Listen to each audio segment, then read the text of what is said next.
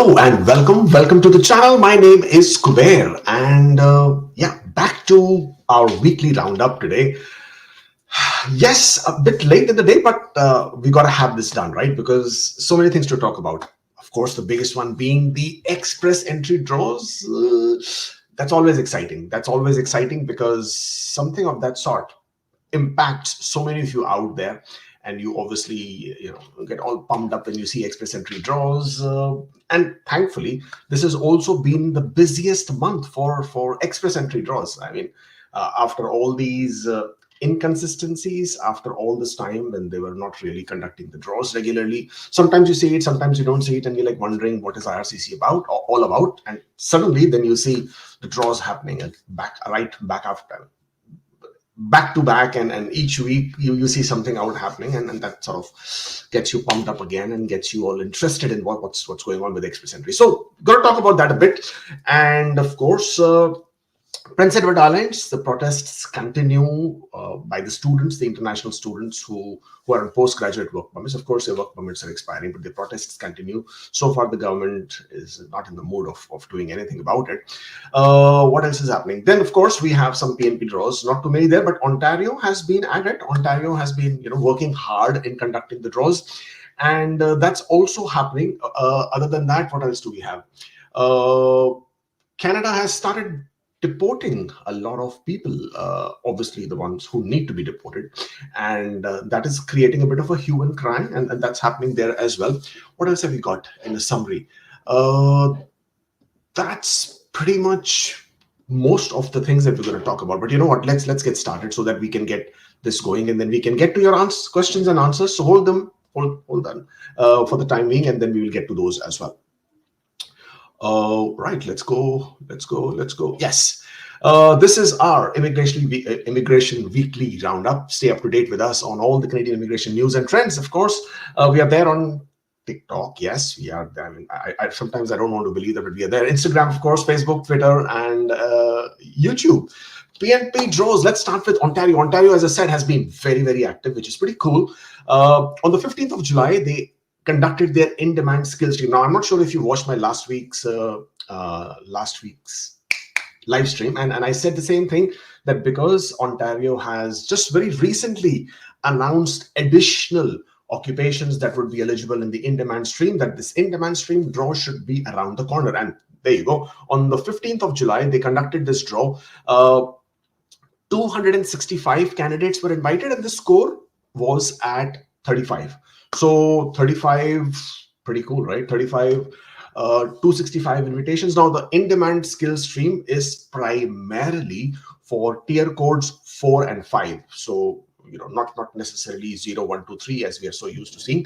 And the candidate would have to have at least 9 months of experience in that same occupation, and of course, has a job offer. So that's what is required. And then on the same day, they also conducted a draw under the employer job offer stream, international student stream. So employer job, so the international student stream and the employer job offer stream sounds pretty similar, but they are different in the sense, like for the international student stream, the employer job offer has to be at the low wage, or can be at the low wage. For the employer job offer stream, it has to be at the medium wage. So this one was the international student stream. The scores were pretty high, right? I mean, look at that. The draw occurred in 2 parts. First one was 424 invitations for people who had job offers in healthcare, and the score was 81. Now, can you believe it? If you were in healthcare, the score was 81. And in the second part of the draw, if you had job offer in other priority occupations, and there was a long list. I'm going to show that to you in a minute. The number of invitations issued were 839, and the score was a bit low at 77.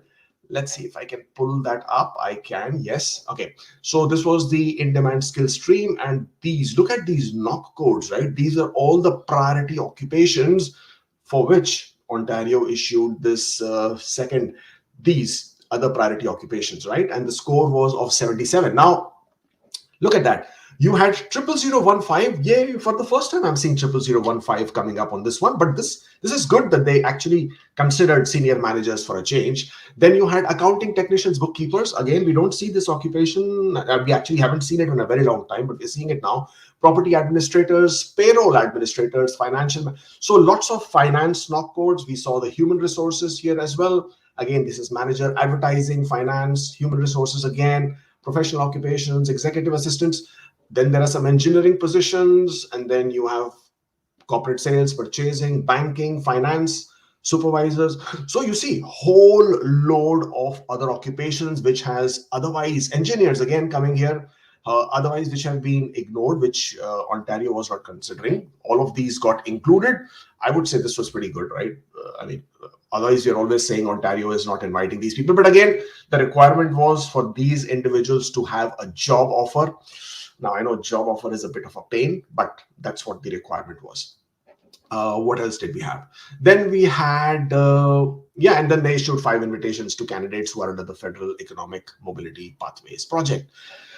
Then on the 18th of July, Ontario conducted a targeted draw for the healthcare occupation under the Human Capital Priority Stream. Now, as anticipated, it was 1 point less than the last express entry healthcare draw. The last express entry healthcare draw was at a score of 445.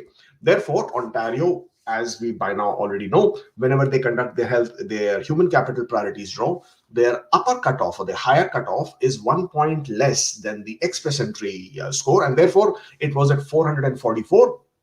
And the low point of the Ontario draw for human capital priorities is always determined at how many invitations they want to issue.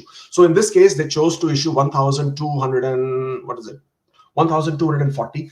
So the limit at the number at which 1,240th candidate would be invited, that would be the low cutoff score, and that's how Ontario decides the range. Now, if you go with this, then you know that if they are to conduct a draw for the STEM, I know a lot of you are asking about STEM, so we will come to that in a bit. But if they were to conduct a STEM category draw for tech draw for the healthcare what am I saying?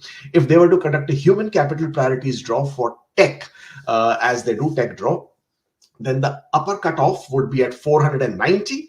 And then depending on the number of invitations they wish to issue, then the lower cutoff will be determined with that number. And that's how the draws are conducted. So this is what you have here. What else have we got? Let's go. On the 16th of July, BCPNP also conducted their draws. Well, by now you already know BCPNP requires you to have a job offer. Their scores are actually quite on the higher side. Childcare workers, they required 94. Early childhood educators, the construction workers now required 95. The healthcare now at 104. Tech workers 122. Wow, that's high. And the veterinary care workers required 80. So you see how this is changing in such drastic manner. This is what sort of makes it very, very difficult, right? The number of invitations has gone down, the number of people have gone up, and therefore you are seeing these scores at such high numbers. Manitoba also conducted a draw on the 18th of July under the international education stream. The province invited 109 candidates who met the stream requirements, and then also conducted a draw under the skilled worker overseas. Score was at 645 for 52 candidates. But they were invited under the strategic recruitment initiative, not your general draw there as well. What else have we got? Prince Edward Islands, now they finally conducted their draw, but then Prince Edward Islands has a fixed schedule of their draws. So they conduct one every month, and each month they will have this draw. And on the 19th of July, they issued invitations under 2 of its streams. 84 invitations were sent out specifically to individuals in healthcare and construction projects or sectors, but these are the individuals whose work permits are expiring before the end of the year. So obviously they're paying a little bit attention to what's happening in terms of the protests in Prince Edward Island. So people whose work permits are expiring, they're being a bit more mindful of that, and those individuals were given priority in this particular draw. They obviously invited 2 people under the business category as well. What is happening in Canada? Express entry. Let's talk about express entry. 16th of July. Now, whenever you see a PNP specific draw, by now you guys already know, right? I mean, you guys are all looking at different things. 16th of July, I'm sorry. The reason I'm smiling is because I just saw some comment over there, and I was like looking at this one. This was the comment, right?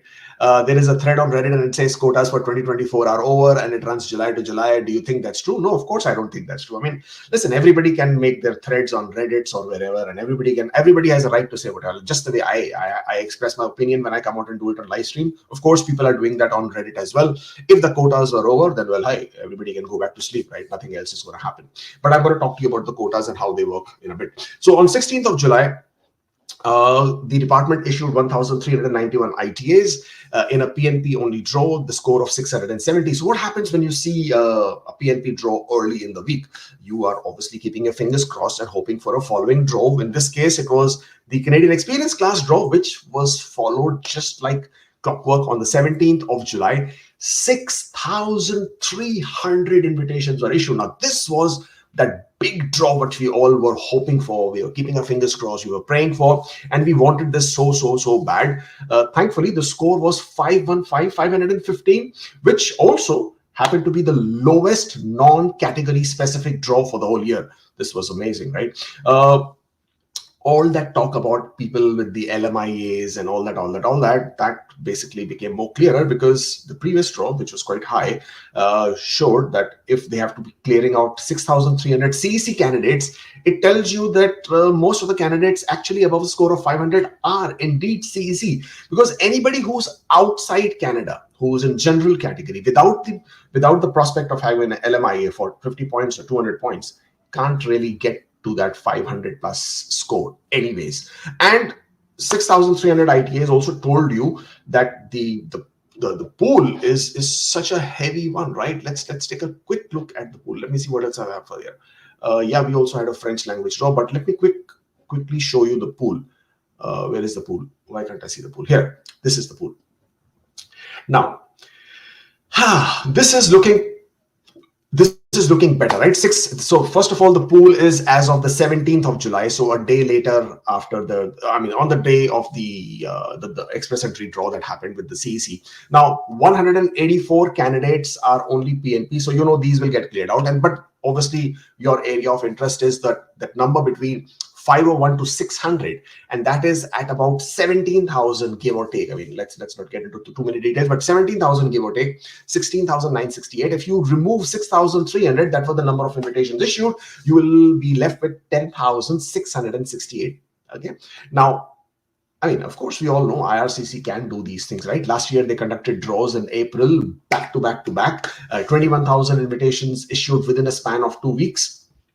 So all we need for this 10,000 to get cleared out is probably 2 more draws of 5,000, 6,000 kind of a thing. And before you know it, we'll be in 490s. I know this is wishful thinking. I know we are all hoping and praying something of that sort to happen. I don't know if something like this can happen, that they could actually now go back to conducting these draws, because it brings back to something that my earlier friend was commenting about, the quotas for 2024. First of all, the quotas are not for the ITAs. The quotas are for the annual immigration levels plan, the targets, how many people will be coming to Canada, right? For each year, how many people are eligible to come to Canada or will be made permanent residents.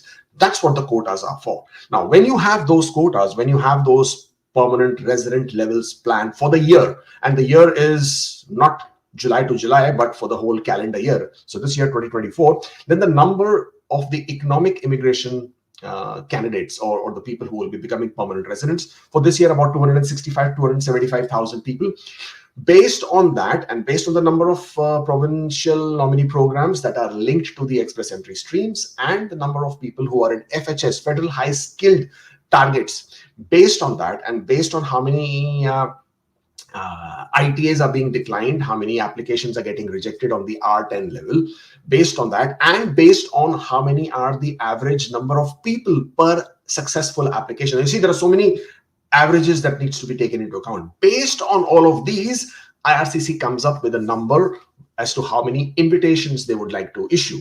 And this number of invitations is a dynamic number as far as IRCC is concerned, because they alone have a real-time data as to how many applications are successful, how many are not, how many they need to keep in tow in order to sort of have these numbers going. Now, I know where this July to July is coming through, because obviously, for example, all the invitations that will be issued from, let's say, this month onwards, the idea is that these invitations would contribute to the people who become permanent residents next year.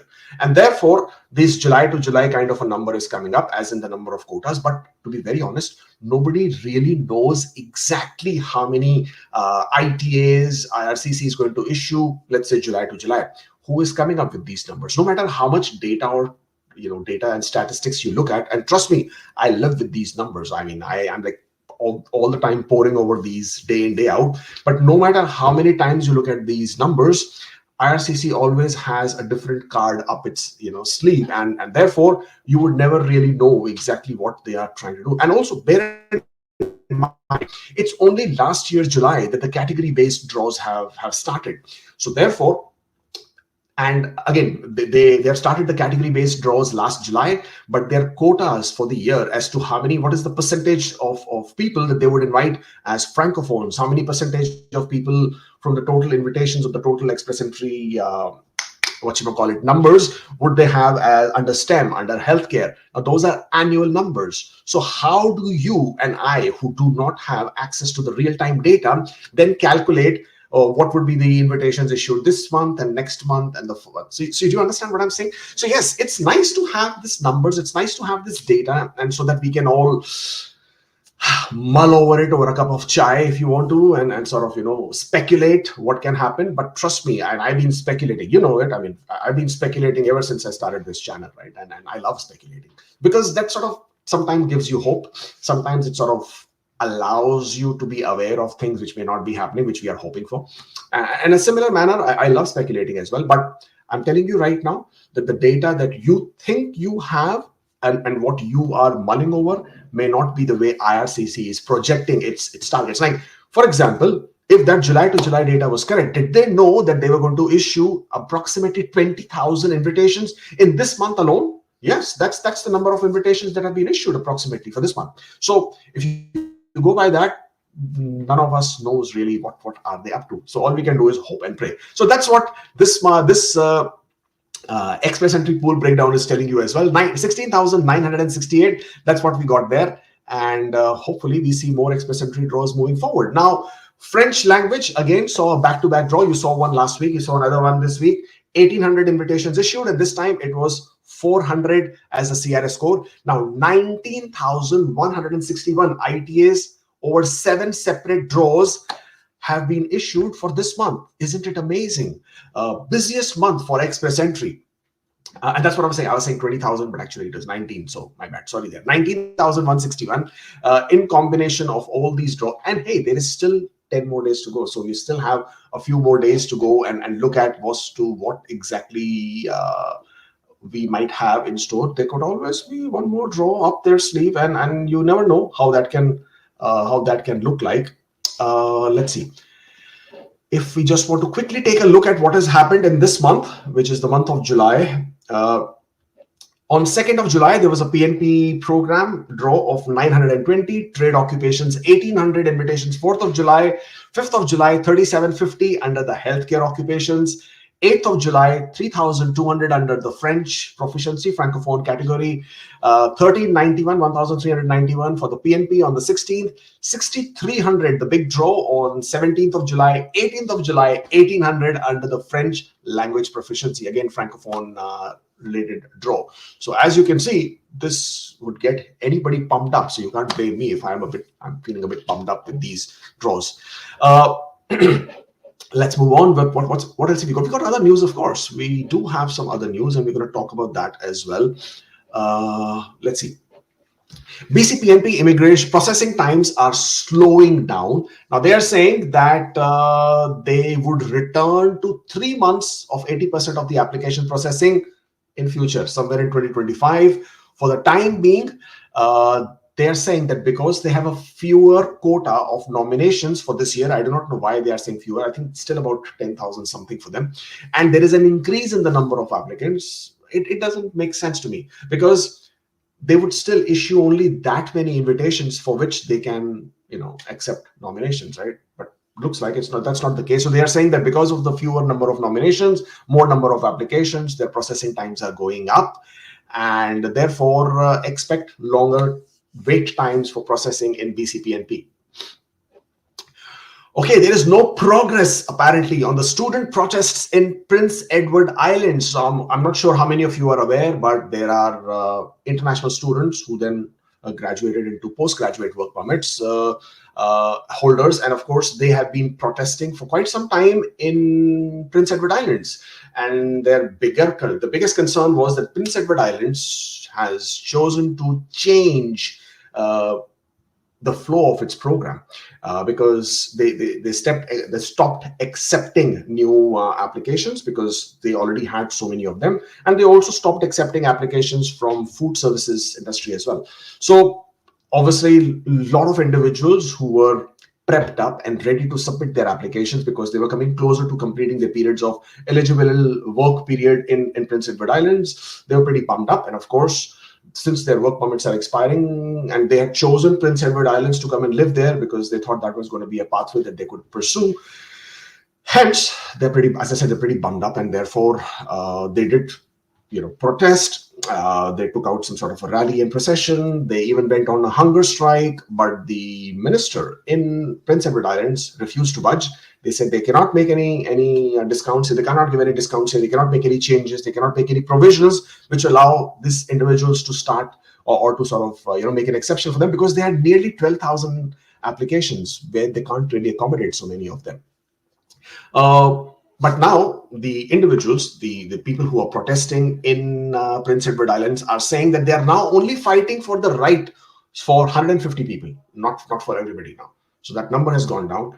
That out of these 150 people, I think about 50 of them are in the food services, and the remaining whose work permits are expiring, they are asking for some sort of an exception or exemption from them. But I think the minister in Prince Edward Islands has shown that he is in no mood of making any changes, making any exemptions whatsoever. So at this point of time, this still stays, out there in the doldrums. Obviously, a lot of people are divided, and their views are divided on these protests, as in, is this the right thing to do? Is it the right of people to sort of come into Canada and claim their right to permanent residence when they came here as temporary residents? So you will have all kinds of opinions from different sets of people. You're free to obviously have your own opinion on this one, but I'm of the opinion that these kind of protests will not have much of an impact anymore. On the contrary, it is only increasing and fueling the negativity around the entitlement that people feel that international students now have over the right to permanent residence. Because when you're a temporary resident, you are here for temporary reasons, and therefore you cannot expect or be entitled to or have a right directly for permanent residence. I know the international students feel differently because they feel that they were led on a path thinking that there was a permanent residence waiting for them at the end of their journey as international students, and now it's not so. So that's going to be a bit of an issue. Okay. What else have we got? We have something else. Okay, Mark Miller. Now, Mark Miller in a recent conference said that although Canada has for years used universities and colleges to bring in educated working age immigrants, study visa wouldn't imply a guarantee of future residency or citizenship. Well, I thought that is quite obvious, but I think it's not. I mean, I think it's obvious, but apparently people don't think like that. People absolutely feel that there is some sort of an entitlement, and I understand why they feel it like this, because over the last few years, I mean, remove the post-COVID era, but before that, if you were an international student and you came to Canada and you studied and you completed your 1 year or 2 year work experience in Canada, there was a very high chance, or there was a high possibility that you could actually become a permanent resident. That's how thousands and thousands of international students had earlier been able to do it. And of course, the word spread out. And of course, you can also blame social media, Instagram, YouTube, TikToks, where people come out and propagate or promote, hey, it's so easy to become permanent resident. Canada needs 1.2 million people to come to Canada, and they're desperate need. I have seen those kind of advertisements, and they're desperate need of workers, and please apply, and you can get it like this. Even now, for example, if you go to Dubai, you'll still get text messages where you're being told that within 6 months you will get permanent resident. And how is this even happening? But apparently people still buy into those, and therefore Mark Miller has further said that should never be the promise, that people should be coming here to educate themselves and perhaps go home and bring those skills back to their country. That hasn't always been the recent case. Now, this is an excerpt from a recent article where Mark Miller has said that, hey, study and go back. Don't expect that you will get a PR. And this, to be very honest, has been the writing on the wall for quite some time. Again, if you follow me on Twitter, if you are part of our live streams, then you know that I've been saying, if you watch some of my previous older videos and the live streams, I've been saying this. I've been saying not everybody will become a permanent resident. PR pathways are becoming very, very difficult. Watch my live streams from the last year and a half, 2 years, and I've been saying that the imbalance that has been created between the number of temporary residents in Canada versus the number of quotas or slots or the numbers that are the targets that are assigned for economic immigration in Canada, those don't match, and you will always going to land up with people who are temporary residents in Canada who have got no pathway, and that is the hard truth. And I think I'm going to blurt it out and say it, and of course a lot of you might find it harsh, but you will see in troves so many people will be leaving Canada and be going back. It will happen within this year and the next year and the next year. So whatever Mark Miller has been planning or rather preparing for in terms of reducing the number of temporary residents in Canada by 5 to 6.5%, I think he is definitely going to achieve that, probably more than 5%, because all these people who are now, because I do so many consultations every single day, and one of the biggest ones that is coming up is, my work permit is expiring. What should I do? My work permit is about to expire in 3 months, 4 months, 2 months, 1 month. What should I do? My pet peeve is, what were you doing until now? Waiting till the last 1 month before the work permit expiry, and now you want to think what you want to do.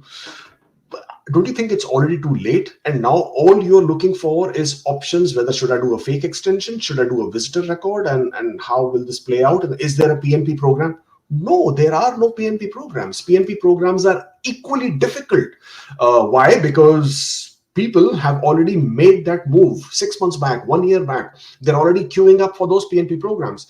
And even the PNP programs, for example, Prince Edward Island. So, people who thought that let me go to Prince Edward Islands and I will be able to get my PNP there. Look at what's happening there, right? They shut down the program. Yukon shut down the program.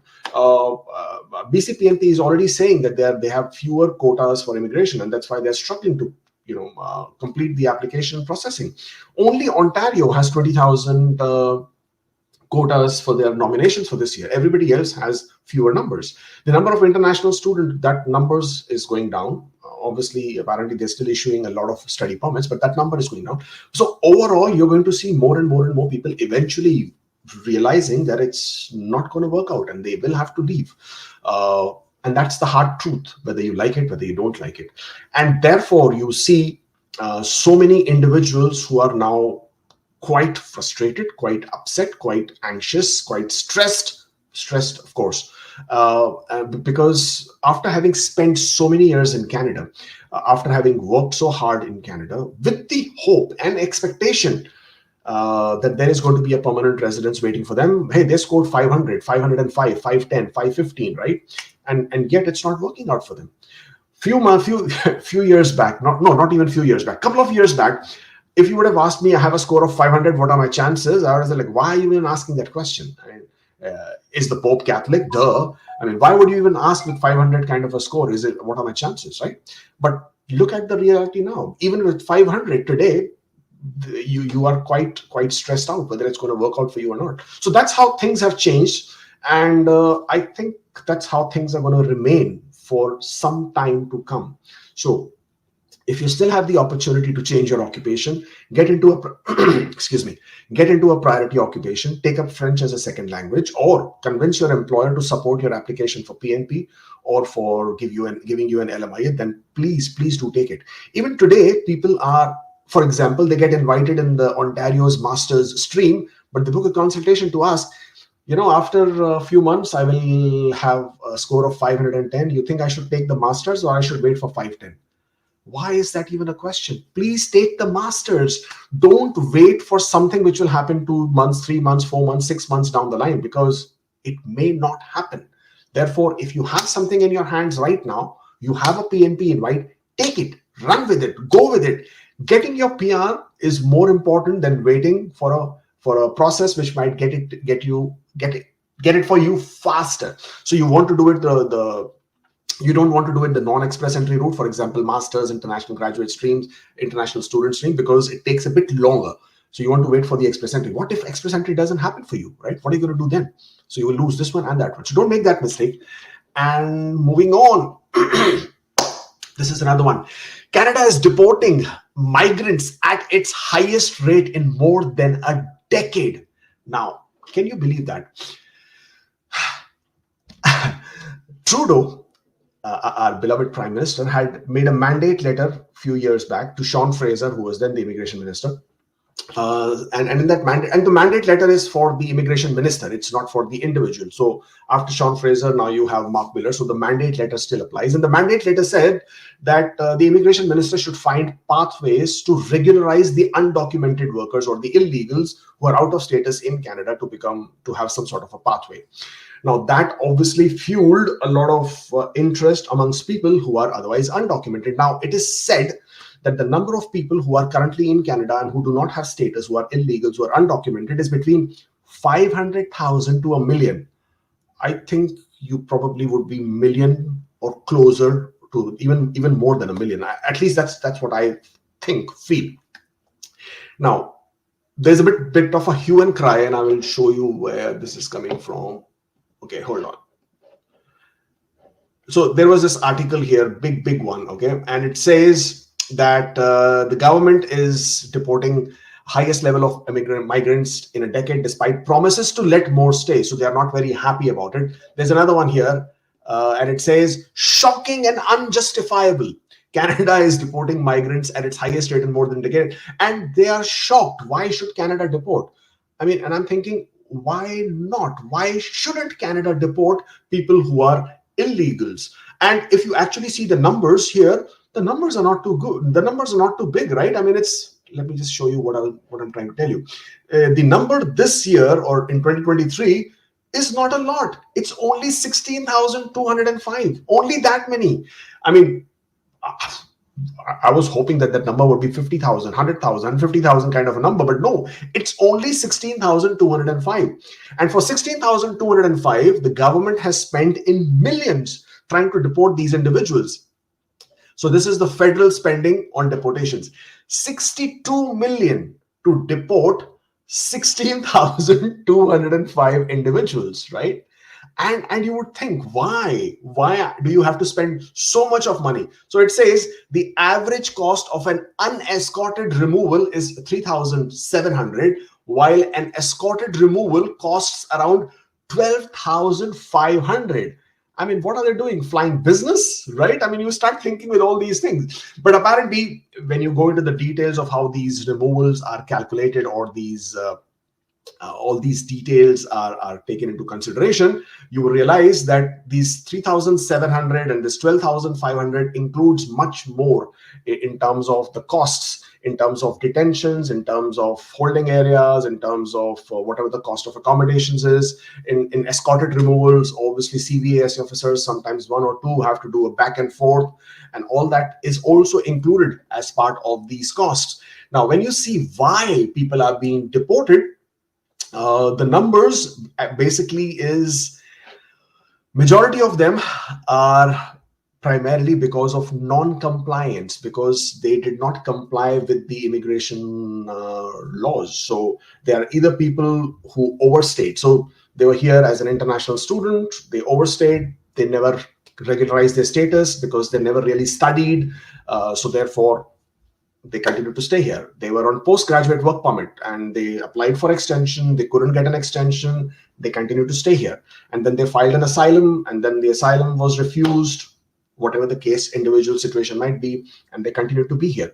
It is also understood that a lot of people who had claimed refugee status or asylum in Canada, but their claims were refused, they continue to stay here anyways. So that also contributes to these undocumented numbers. Now, I am sure there are some genuine humanitarian cases out there amongst these undocumented. Absolutely.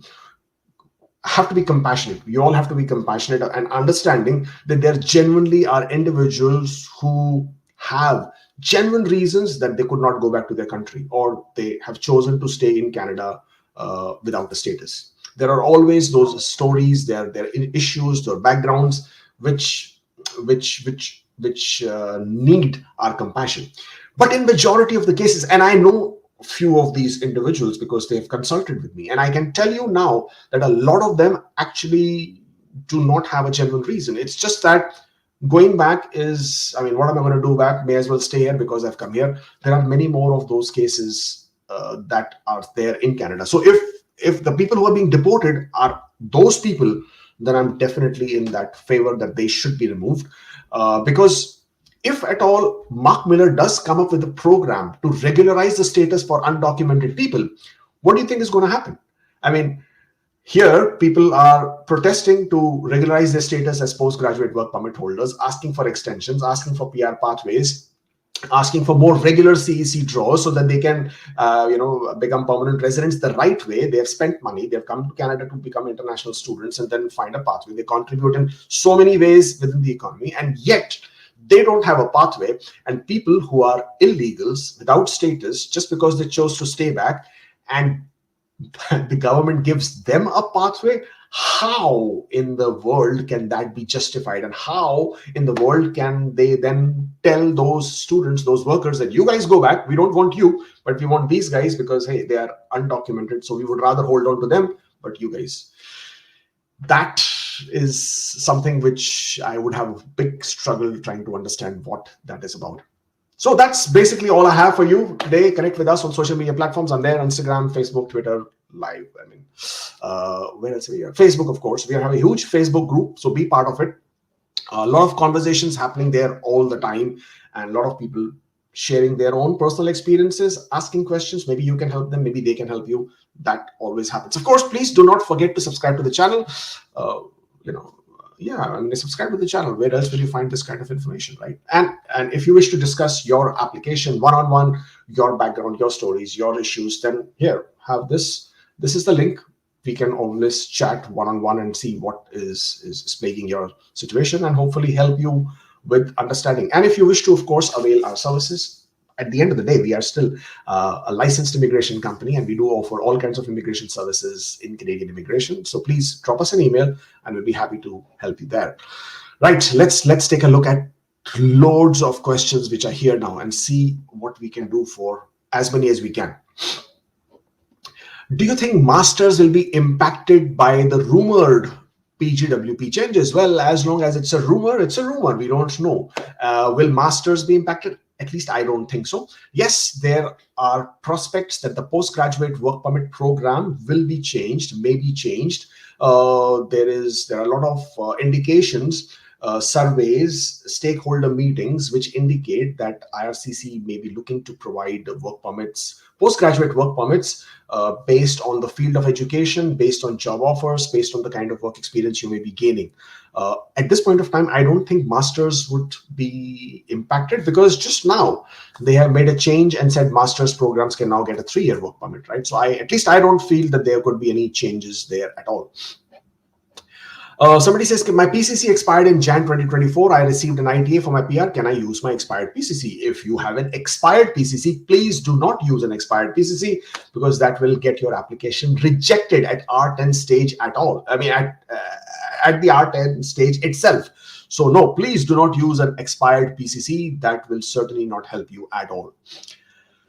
I want to remove foreign experience undeclared in previous applications and add new IELTS scores. The score falls below cutoff if work experience is removed, but goes up if added new IELTS, except decline ITA. Well, you want to remove foreign experience undeclared. Why did you not declare it is the question. But yes, if you have a new IELTS score and you can update it, then yes, you can absolutely proceed with your application.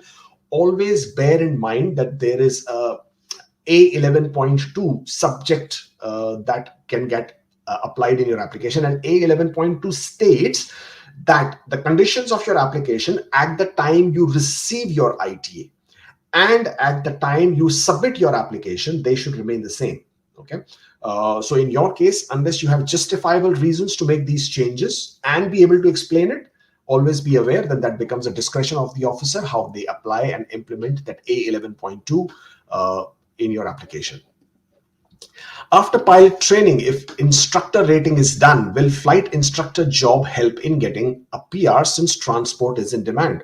Will I still need to learn French? Age isn't in favor. Well, good question, but at the same point of time, the job offer as an instructor is not something which IRCC is looking at. What they're looking at is your past work experience. So if you have work experience as a pilot, then you are in the transport category. And once you gain 6 months of work experience as a pilot, then yes, you would be able to attract an ITA within the transport category if your CRS score is high enough. Could you please suggest when can we have employer job offer general draw? I don't know. I do not know anything about when the draws will be conducted, what kind of scores will be invited, which knock codes will be invited.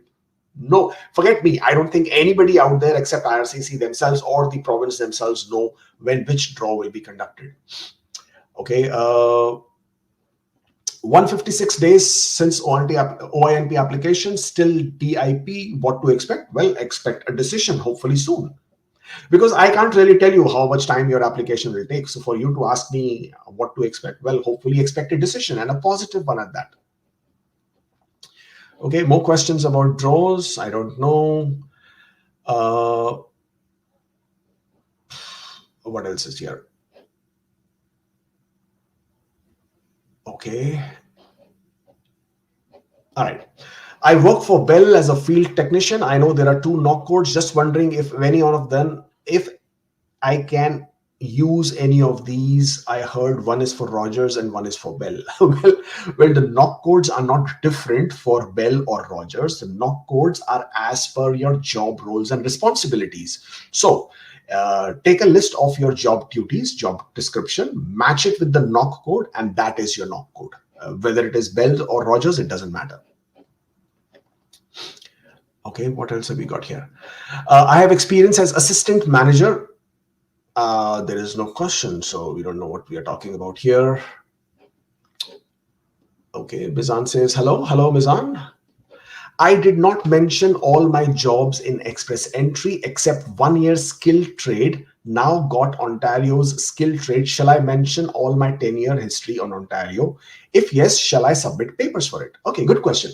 Now the thing is, in your Express Entry profile, in your work history, you only mention that period of work for which you are claiming points for, which is absolutely the right thing to do.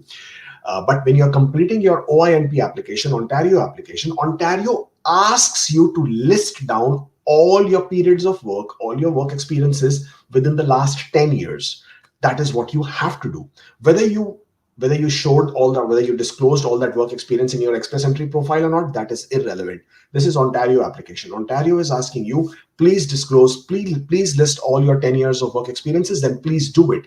If you have documentation for it, provide it. If you don't have it, then just explain in a brief manner that you do not have documentation for it. Of course, please also add your resume, and your resume should be consistent with the information you're providing. I hope that helps. We did this. Hi, Nawab. Do we need to provide upfront medical if we are an outland applicant? No, you don't. As per the last change in the medical provision, documentation provision, IRCC has said that you do not need to do an upfront medical. Instead, upload a blank paper, blank document, and that's fine. Or upload an explanation stating I would complete my medicals once I receive a request from IRCC. So therefore, what will happen is that once you complete the R10 stage, then IRCC will send you a medical request. The medical request will be a form which you can take to your medical panel physician who is registered with IRCC. They will complete your medicals and send your reports directly linked to your UMI and UCI number to IRCC. That's all you got to do. Okay, I think we did this. My nomination has taken 5 months. Would they at least, okay, what else is it? My situation is kind of different. Postgraduate work permit is expiring this month. Planned to continue my study, so already applied for a study permit. Is it okay to apply for fake extension on work permit to buy time? What time do you have to buy since you have already applied for a study permit extension? Yeah, I mean, if you already applied for study permit extension, then you are currently on an implied status after your work permit expires, authorized to continue staying in Canada. Of course, because you've applied for change of status, you can no longer work once your work permit expires. Since you've already applied for extension, it doesn't make sense to apply for another work permit now. Don't you think so? I'm a baker with LMIA and 1 year of experience. Work score is at 497. I don't know whether you can get invitation or not because I do not know how many draws will be conducted. I do not know how many invitations will be issued. So yeah, all I can say is if you have an opportunity to improve your scores, please do. I applied for a work permit extension after my postgraduate work permit to maintain status. Now I have an ITA for PR. Should I apply for a bridge open work permit? And if so, what happens to my current extension application? Good question. Let's deal with this because this is happening with a lot of people. So you have applied for a fake extension. Now you are on an implied status. Now you have received your ITA. You should make an application for your permanent residence at the earliest. So apply for it as soon as possible. Now, with your AOR that you have for your PR application, you will be eligible for your bridge open work permit. So make an application for bridge open work permit as well. A lot of people say we will send our AOR by web form and ask IRCC to convert our previous fake extension. That doesn't happen because your previous fake extension, when you did apply for it, at that point of time, you were not eligible. So there is no converting your application. Can I make a fake extension, convert it to bridge open? That's not how it works, right? So now that you are eligible for bridge open work permit, make a new application for bridge open work permit. Your previous application for fake extension will be refused. Now, when it will be refused, you must stop working, period. Now, because you applied for a bridge open work permit while you are on implied status, so therefore, you now have a continued authorization to being in Canada, to staying in Canada. However, since your authorization to work was given to you by the implied status for your fake extension, which is now refused, therefore you must stop working. And while you can be in Canada awaiting the decision of your bridge open work permit, you cannot work. You will have to wait until your bridge open work permit has been approved, and that is when you can start working. I hope this clarifies. And if it doesn't clarify, please rewind this and watch this again because that will give you the clarity. But this is very important. When should I apply for co-op, study, and spouse work permits considering the program extensions due to co-op from 2 to 3 years? I don't understand your question. When should you apply? You apply for it when you... No, I still don't understand. You will apply for it when you are ready to start working under co-op or once your college or university gives you the letter which says that you will be working under co-op. That's when you will apply for it. What will be your advice to someone? I do not know about specific NOC codes or specific CRS scores. My advice for anybody who's looking for advice in terms of NOC codes and scores is please check individual PNP programs. Check where your NOC code may be in priority, maybe in demand. Look for employers who will support your application for PNPs and then proceed in that province for that job offer for that PNP program.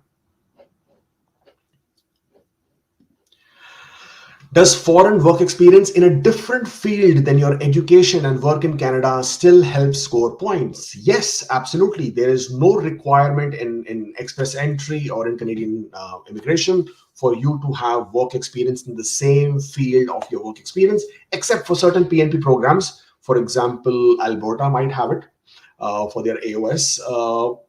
Saskatchewan definitely has it. Okay, so always check the PNP programs that you're targeting. But express entry is concerned, there is no problem. You can score points even if your work experience is in a different field. No problem with that. I have GTS LMIA. My closed work permit was rejected, stating weaker ties to my home country. Can I use this LMIA for my express entry profile to gain 50 points? Yes, you can. No problem with that. Okay. I got my PCC 2 to 3 years ago, but I never went outside Canada. Would that PCC be okay, or shall I get a new one? Well, as long as you got your PCC while you were outside that country, and you have never returned back to that country, then that PCC is valid. Please add a cover letter or a letter of explanation stating that you received that PCC while you were outside that country, never returned back, and hence it may be considered as valid. And also add that please provide what is that? Yeah, please let me know if you need a new PCC and I'll be happy to provide you. You are not live on YouTube, says a comment on YouTube. If I'm not live on YouTube, where am I live right now? Okay, I'm quite baffled with this comment, but if I'm seeing so many comments, they are obviously coming on Twitter, they're coming on YouTube, they're coming on Instagram, they're coming on LinkedIn.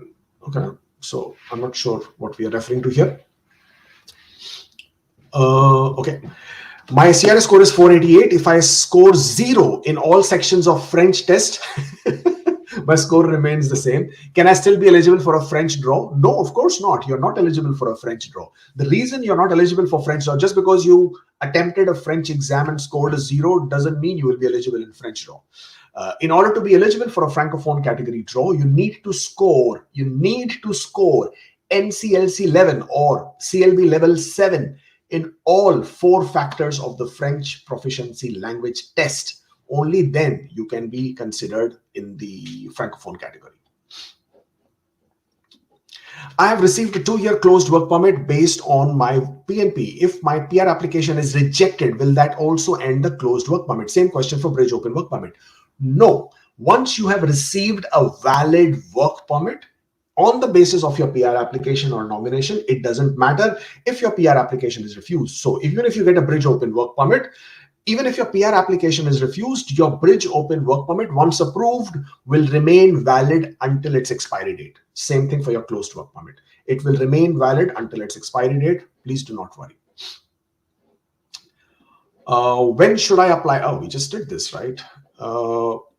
Can someone help me? I'm on a postgraduate work permit. My wife is on a study permit. Can I apply for spouse open work permit on my wife's study permit because my postgraduate work permit is expiring?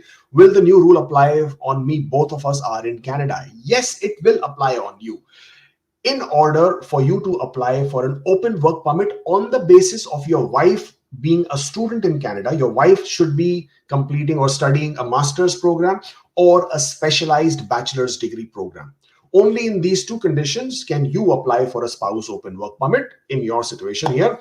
That's the law, that's the rule. So yes, it absolutely applies to you as well. The only difference is that if you were on a work permit already, which was earlier given to you based on your spouse's study permit. So what that means is that your spouse had a study permit, you had an open work permit on the basis of your spouse's study permit. Now it has expired, your spouse has extended a study permit. Now you can apply for an extension, regardless of what kind of program that it is. But if you are changing from a different work permit to spouse open work permit on the basis that your wife is studying, then no, you cannot apply for work permit unless your wife is studying a master's degree or a bachelor's degree under a specialized program.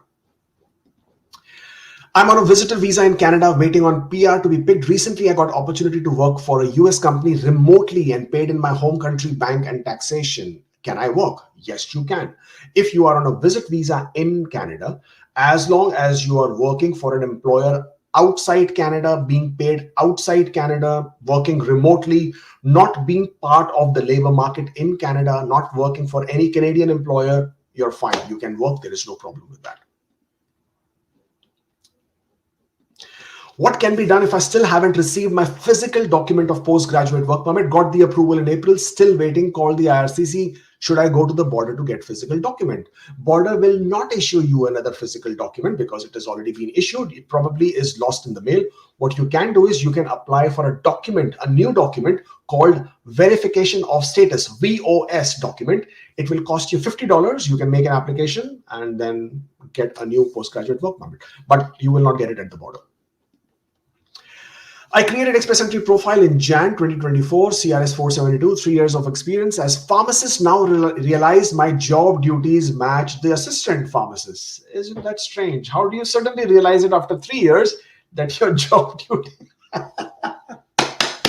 That's a good one. So after 3 years, you realize that your NOC code actually matches with an assistant pharmacist. Can I change the NOC code? Yeah, of course, ma'am. Go ahead and change your NOC code. I mean, who am I to tell you don't do it or do it or something of that sort?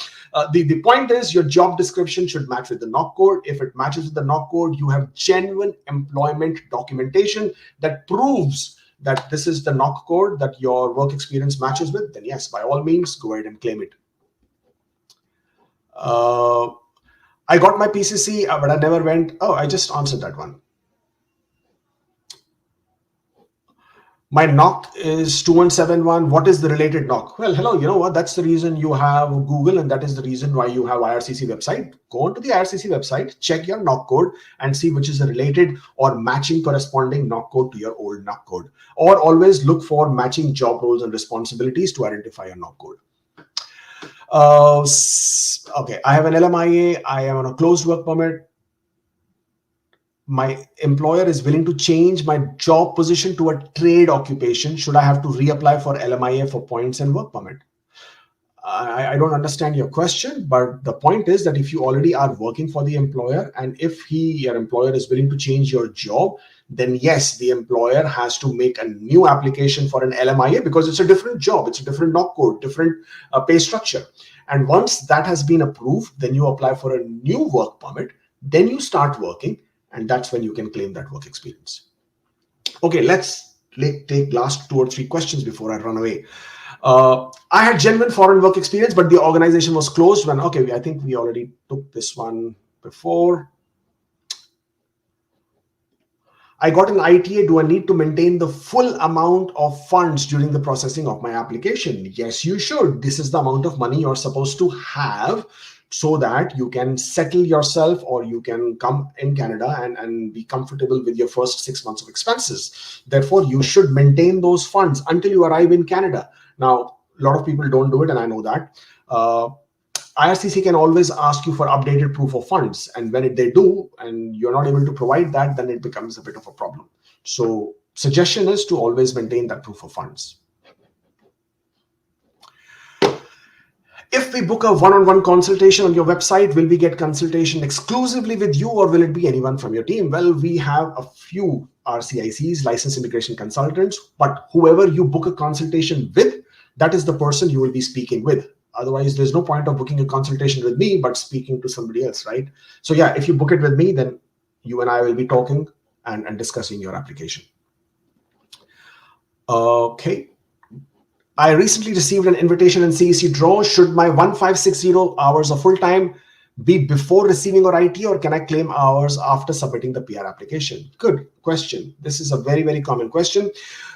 Express Entry system calculates the points based on the month and year and not as per the date. So therefore, with this system glitch, it gives you the points earlier, at least 1 month earlier than your claim, your actual period of work experience being completed. Therefore, because the system gave you the points, it's not an issue. You can continue to work, complete the hours, complete the months and the weeks. And if it is still within that 60-day period, then submit your PR application. So your question is, can I claim hours after submitting the PR application? No, not after submitting the PR application, but before you submitted the PR application, you can certainly claim those hours. That is counted. Yes. Okay. Thank you so much, everybody. Okay. Last question before I go on, because PFLs are always very, very tricky ones, and any help to be given there is good help. How to answer PFL letter got for non-genuine marriage, and is it a ban if we could not satisfy the visa officer? Now, if it is a non-genuine marriage and that is what the visa officer feels, then it becomes your responsibility to provide as much documentation to establish that it's a genuine marriage. Chat histories, call histories, affidavits, pictures during the marriage ceremony, the actual marriage ceremony, right? The lama feres, the varmalas, the mangal sutra, the what else is there? Help me there. What else? What else do you sort of? I mean, depending on the faith, depending on the religion, of course, right? If you are of the Sikh faith, then obviously your feras in the gurdwaras or around the Guru Granth Sahib, or if you are a Hindu, then around the Agni.